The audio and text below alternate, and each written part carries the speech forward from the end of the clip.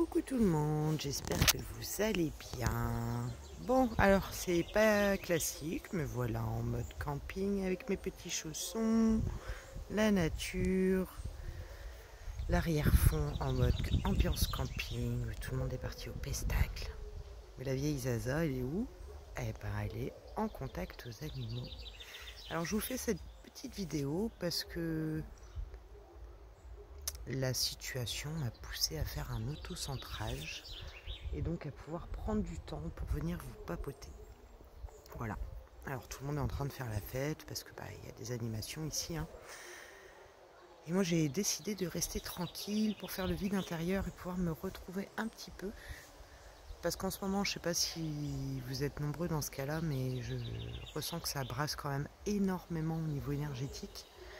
On a une dualité qui est d'autant plus forte avec le discours de notre cher Manu ce soir, qui nous pousse donc à encore plus de vigilance sur les temps à venir. Voilà, parce qu'on va être de plus en plus poussé dans nos retranchements, de plus en plus poussé à prendre position, à ne pas se laisser porter par les émotions, parce que vibratoirement, forcément, au niveau des annonces et au niveau de ce qui s'est passé, tout le monde est sous tension là.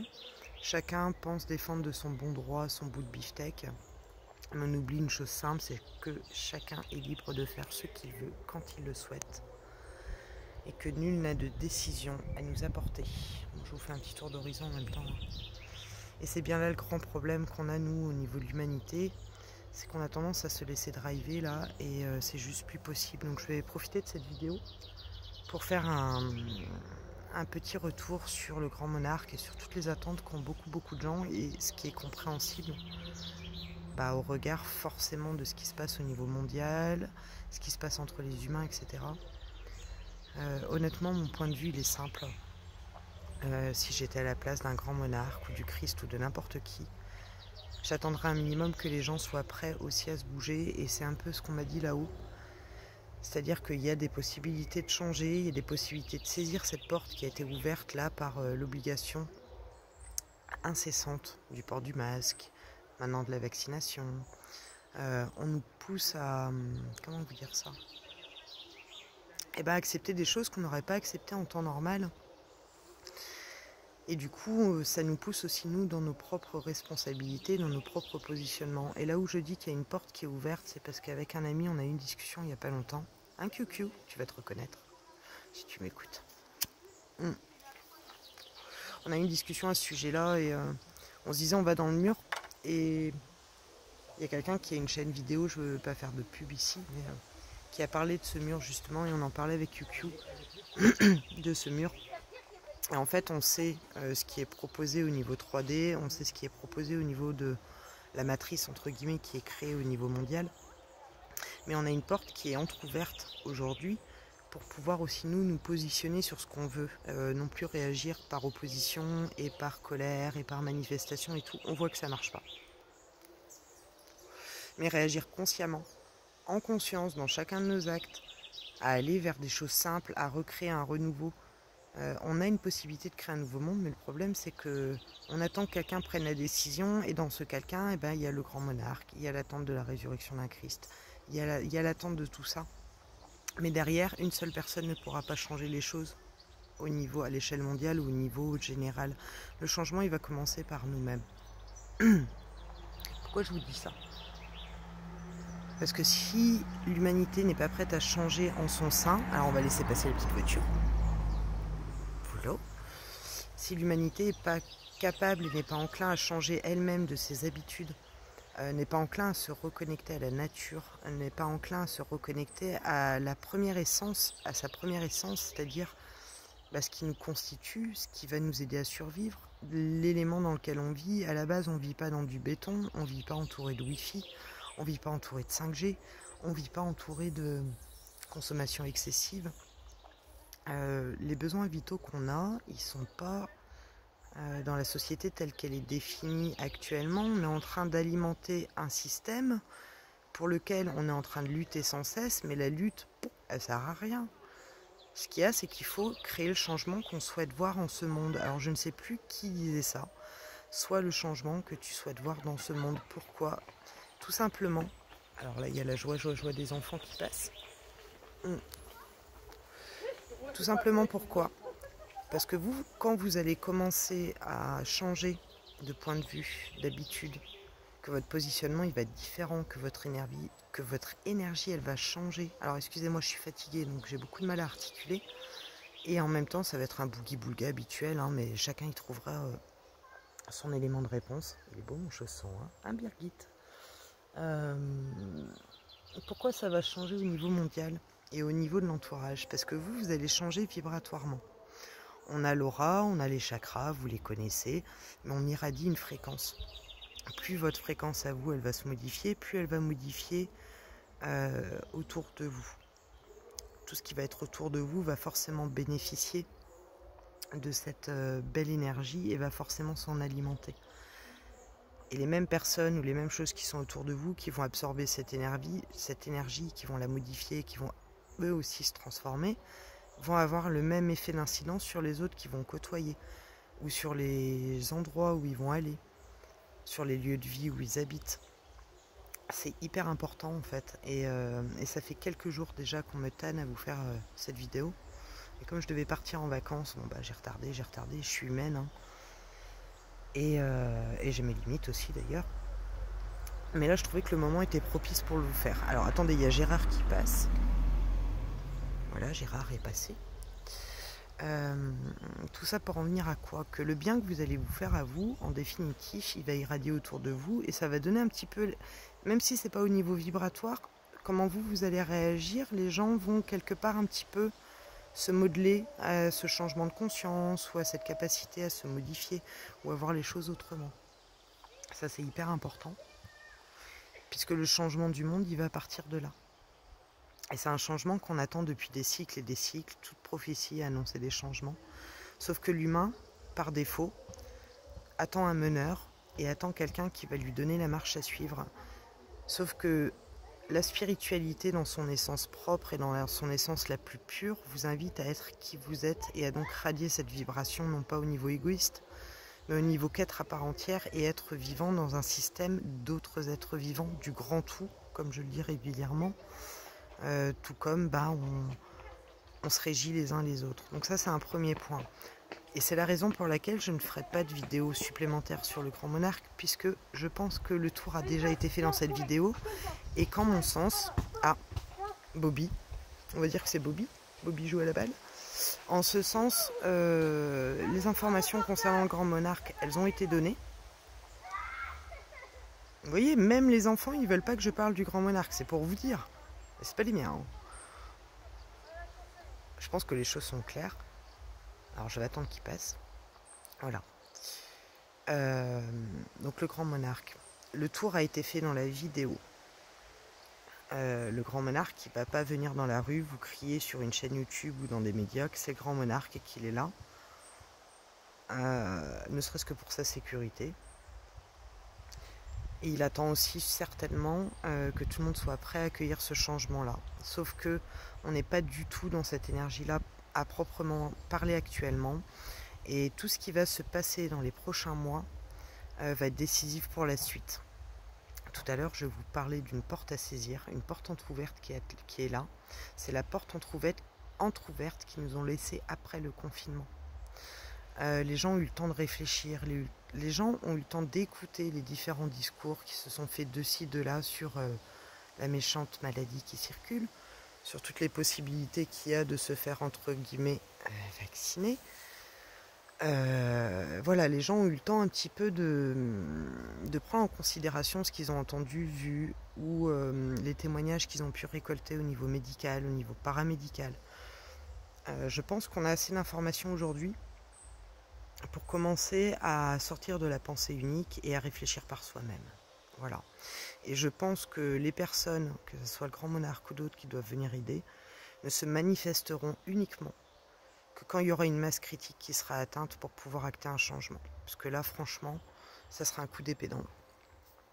On a bien vu avec les Gilets jaunes, on a bien vu avec d'autres mouvements qui ont eu lieu. Ça n'a pas lancé et pourtant il y aurait de quoi bouger. Donc ça, c'est un premier point. Le deuxième point que je voudrais aborder, c'est au sujet de la vaccination. J'ai eu beaucoup de retours. Et je vois d'ici de là d'autres confrères et consoeurs qui font ce témoignage. Je tiens à porter le mien aussi. Par rapport à la vaccination, ça ne déconnecte pas l'âme du corps. Ça, c'est pas possible, techniquement parlant. Ça peut exister au niveau des walk-in, donc c'est des prises d'entités de corps, etc. Mais un vaccin, ce vaccin-là, en tout cas, ne dissocie pas l'âme du corps. Donc ça, je voudrais être clair.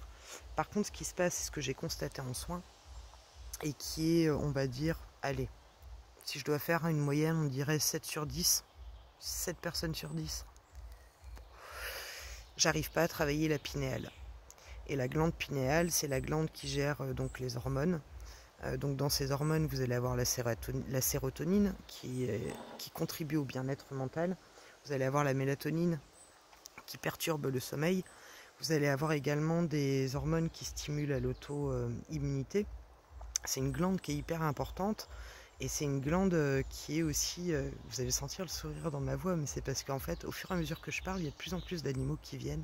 Et depuis que je suis là, je suis plus proche des animaux que des humains. C'est pour ça que vous entendez le sourire dans ma voix. Mais ça, j'ai pas besoin d'être au camping pour l'expérimenter, c'est tout le temps. Bref, revenons à nos moutons. Donc, la petite piqûre. Qu'est-ce qu'elle va faire? Moi, en soins, ce que je constate, c'est qu'au niveau de la glande pinéale, ça pose un souci. Ça fait comme une coque autour. Alors je sais pas si on peut appeler ça une calcification ou un dysfonctionnement, mais moi dans ma tête c'est une coque, voilà, c'est comme ça que je la vois, ou du moins une bulle, voilà, qui empêche le bon fonctionnement de la glande pinéale, et qui du coup, la glande pinéale étant également la glande du troisième œil, donc le chakra du troisième œil, ça bloque aussi la claire conscience. Ah, alors attendez, j'attends, il y a du monde qui passe. Pas que vous ayez de bruit. Salut toi, un petit piou-piou qui est passé aussi. La claire conscience. On est dans un... On est dans un croisement historique où l'humanité va changer.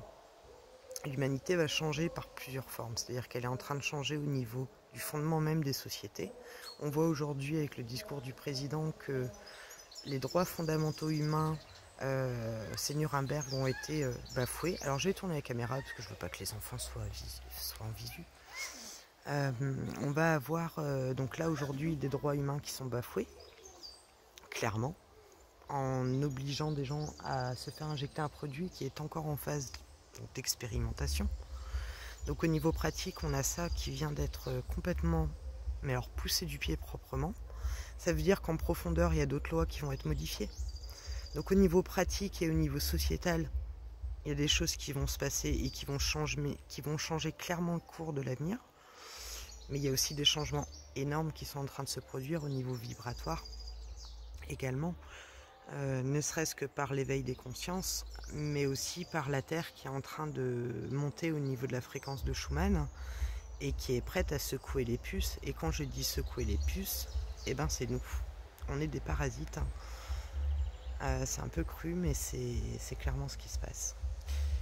Et donc au niveau énergétique, la Terre n'en peut plus. Tout humain, vraiment humain qui se respecte, n'en peut plus non plus, parce qu'on est dans une étuve et que c'est juste plus possible de vivre dans un niveau de conscience dans lequel on est actuellement, sauf en effectuant un travail sur soi permanent, quotidien et avec rigueur, et en gardant toujours comme maître mot, et ça je l'ai entendu dans une série dernièrement et je me le répète en permanence, que la miséricorde l'emporte sur ma colère. C'est-à-dire que ça nous appelle à puiser dans nos ressources pour comprendre les actions irraisonnées de nos congénères, je sais pas comment on peut dire ça, de l'ensemble du monde dans lequel on vit en fait. C'est-à-dire que là, la meilleure des attitudes qu'on puisse adopter en mon sens, c'est celle de l'arbre, c'est-à-dire de s'ancrer, de se relier à tout ce qui fait partie de la nature qui nous entoure, s'entourer de personnes avec lesquelles on vibre sur la même fréquence et observer. Voilà, les réactions ne vont nous faire que du mal.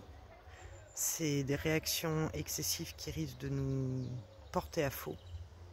Alors je ne veux pas tomber dans le New Age que je rejette entièrement dans le sens où il faut attendre comme quoi ça travaille autour et que ça va changer, qu'on n'a rien à faire, absolument pas. On a des choses à faire.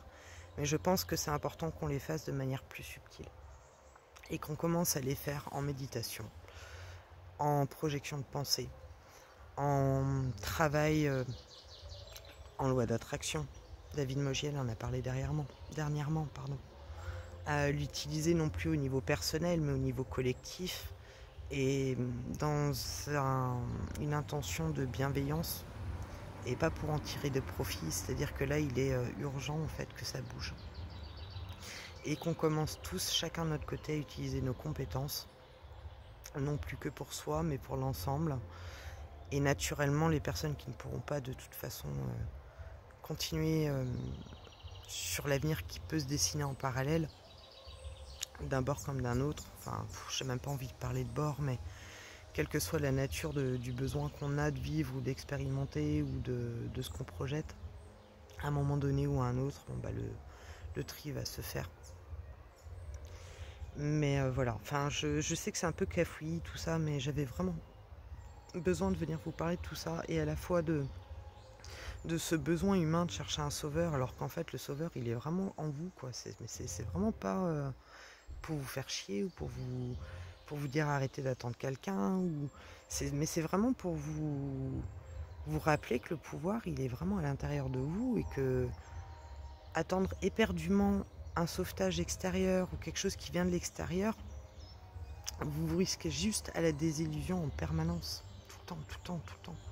Alors que si vous suivez vraiment votre baromètre intérieur, que vous œuvrez, que vous n'êtes pas dans l'attente, vous n'aurez déjà pas de déception. Et en plus de ça, vous allez vous rendre utile, vous allez pouvoir être vous-même les architectes de la meilleure version du monde, mais aussi de la meilleure version de vous-même, quoi. Et il y a, vous voyez, les animaux qui font leur défilé depuis tout à l'heure. Eh ben, il y a la nature qui est là pour nous soutenir, comme elle a besoin de nous pour la soutenir. On a les animaux qui sont prêts à co-créer avec nous. Tout le monde est prêt. Les seuls trous du cul, tenez, regardez dans l'arbre, là-bas, il y en a un qui m'espionne, je sais pas si vous avez vu. Les seuls trous du cul de l'espèce animale qui ne comprend encore pas ça, je suis désolée, mais c'est nous. Donc je sais pas quoi vous dire de plus en fait à ce sujet-là, par rapport au sauveur ou ce que vous voulez. Tiens, il est revenu, petit Bobby. Et c'est un petit mulot, il est trop mignon, je sais pas si vous allez le voir, attendez. Quand je vous dis que Bobby il attend de l'aide, vous le voyez là? Oh, il est trop chou, il est reparti. C'était un tout petit mulot, il était trop chou. Donc vous voyez, en synchronicité, la nature d'elle-même, elle s'exprime. Ah si, il est là, attendez. Oh, gna, zaza, et grand monarque. Regardez, il fait coucou, c'est trop chou. Attendez, on va le revoir. Il est là, je sais. Allez, viens nous voir. C'est trop mignon, il revient, vous le voyez? Attendez, je vais essayer de vous le choper. Oh, je suis en kiff. Je suis en méga kiff. Alors, est-ce que je vais le retrouver? Il est en dessous des fleurs mauves. Il est là. Alors, où est-ce qu'il est? Tu veux pas bouger pour qu'on te voie? Il est un peu plus bas. Il s'est barré. Voilà, petit coquin. Enfin, bref. Bon, vous avez eu la pause des animaux, hein. Je peux pas m'en empêcher. C'est un truc de fou. Bref. Donc voilà, c'était important. Coq à l'âne. C'était important pour moi que je vienne vous parler de cette histoire de grand monarque. Là, je referai une vidéo plus claire, hein, mais voilà, pour moi, c'est vraiment important qu'on commence là à s'enlever les carottes du cul, les gars. Ou les girls. Ou je sais pas qui vous voulez, mais le faire de manière pacifique, en conscience, avec tous les outils qu'on a. Il y a moyen de faire bouger les choses, sauf que ça soit au niveau New Age ou Grand Monarque ou Christ ou peu importe, toutes ces personnes là qui sont là pour nous aider. Sur Terre, il y a d'autres présences qui sont prêtes à nous aider et qui attendent qu'on mette notre potentiel aussi en mouvement, quoi. Et puis qu'on acte les choses par notre consommation, par notre changement de participation au niveau sociétal. Ça ne veut pas dire s'exclure de la société, mais faire les choses avec bon sens, conscience, bienveillance et humanité. Parce qu'on est avant tout des humains, et qui dit humain dit humanité. Voilà. Et pour ce qui est du vaccin, non, on a toujours son âme. Là, je suis en vacances avec une amie qui est vaccinée et qui a toute son âme et toute son hypersensibilité et toute sa merveilleuse bienveillance et toute sa merveilleuse lumière. Et voilà, et non, elle a toujours son âme en soins. Oui, par contre, on voit que au niveau immunitaire, ça baisse les défenses immunitaires. Ça a été validé au niveau médical. Je suis entourée de plusieurs amis médecins et au niveau familial, j'ai également des médecins autour de moi qui confirment qu'il y a une baisse immunitaire pendant quelques mois après l'injection. Donc c'est eux qui m'ont validé ça quand j'ai posé la question justement par rapport au troisième œil et pourquoi la glande pinéale. Et au niveau du chakra-gorge également, j'avais du mal à faire passer l'énergie. Voilà. Donc ceci étant dit, eh ben, je vous dis à très vite, parce que je compte bien faire une vidéo en rentrant, faire un tirage. Et je vous dis à très bientôt. Je vous souhaite le meilleur en tout point. Et je vous remercie infiniment pour tous vos beaux messages, pour votre soutien également, parce que vous êtes nombreux à m'envoyer des messages de soutien. Donc je vous remercie infiniment. Moi je m'accroche, hein, je fais partie comme vous des humains qui sont complètement chahutés par l'espèce de tsunami d'hommes robots, ou je sais pas comment on dirait ça. Enfin qui a besoin de se reconnecter à son humanité et qui a fini par péter un burn-out. Alors vous c'est peut-être autre chose, hein. Mais moi ça a fini par se somatiser en burn-out. Hey, je vais bientôt voir ma petite chouette qui va arriver. Voilà, moi je fais partie des humains qui ont fait un gros burn-out, histoire de dire voilà, tu mets la machine en off et puis tu réapprends à vivre, tu te retrouves. Donc je vous souhaite vraiment à vous aussi de pouvoir expérimenter cette reconnexion à soi, de pouvoir prendre conscience de ce qui durant toutes ces années et tous ces mois vous ont fait obstacle à votre propre bien-être et sérénité. Ça a été le cas pour moi avant ce fameux burn-out justement. Ça a été ce que je pensais des désillusions, des traumatismes,